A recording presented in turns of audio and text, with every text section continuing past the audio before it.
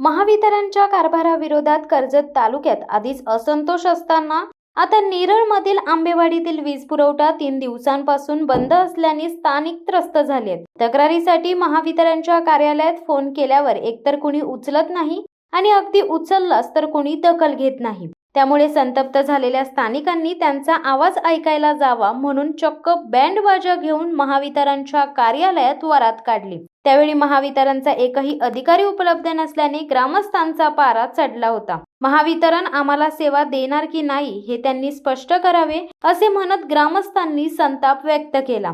कर्जत तालुक्यात महावितरण म्हणजे मनस्ताप झाले आहेत। वारंवार बत्ती गुल होण्याच्या प्रकारांमुळे कर्जतकर संतापलेत। या संतापातून वीज संघर्ष समिती स्थापन करून हजारोंच्या संख्येने कर्जतमध्ये मोर्चा काढत कर्जतकरांनी त्यांच्या समस्यांचे निवेदन महावितरणच्या अधिकाऱ्यांना दिले होते।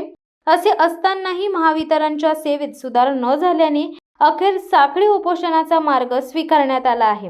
एवढ्या मोठ्या प्रमाणात रोष व्यक्त होत असतानाही नेरळमध्ये आंबेवाडी ग्रामस्थांच्या हक्काकडे महावितरणच्या नेरळमधील अधिकाऱ्यांनी दुर्लक्ष केले आहे। शिवसत्ता टाइम्ससाठी संदेश साळुंके, नेरळ। दे धडक बेधडक वृत्त देणाऱ्या आपल्या शिवसत्ता टाइम्स न्यूज चॅनलला लाल बटन दाबून सबस्क्राईब करा आणि बेल आयकॉनला क्लिक करायला विसरू नका।